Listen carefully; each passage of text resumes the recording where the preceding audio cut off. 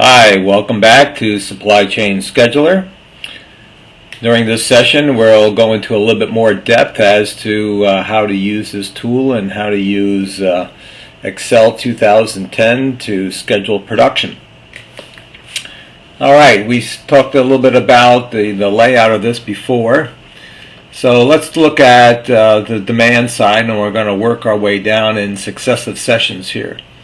The first line here you see is the demand line, and one of the things that's noteworthy about this is that you can see there's a fairly extensive formula in this first cell here.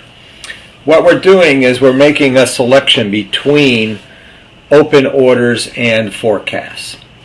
If you were to think about it, open orders is our most accurate representation of demand. And that demand is going to drive the production. So you want to have your best representation of what you think that demand is going to be. And a lot of this is very situational on your business.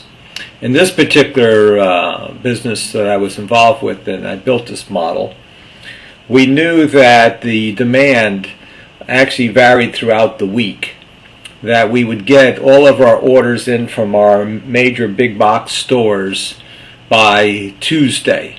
So Monday and Tuesday were critical days of getting our orders, and we could pretty well rest assured that by Wednesday we have had about 80% of our orders in hand.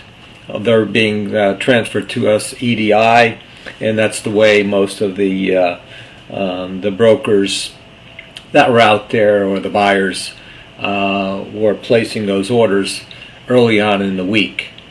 So we used a little bit of logic in here, looking at the time of the week and determining whether we actually had our demand being driven by our orders or by forecast. And so we would actually change this. If we looked at this model at different times of the week, we would select whether it was a midweek or later, and we would do some comparisons to which one was greater, orders or forecast. But early on in the week it was just strictly forecast. So this is one of the key issues here, is how to set this up.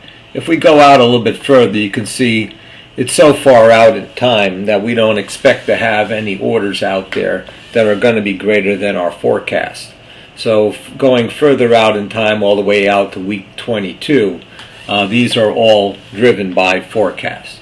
But this is the kind of more sophisticated logic that you could put in to your models in order to be able to come up with a better production schedule. Alright, we're going to leave it there, and we'll pick this up talking about some of our other lines and parts of this model in our next sessions.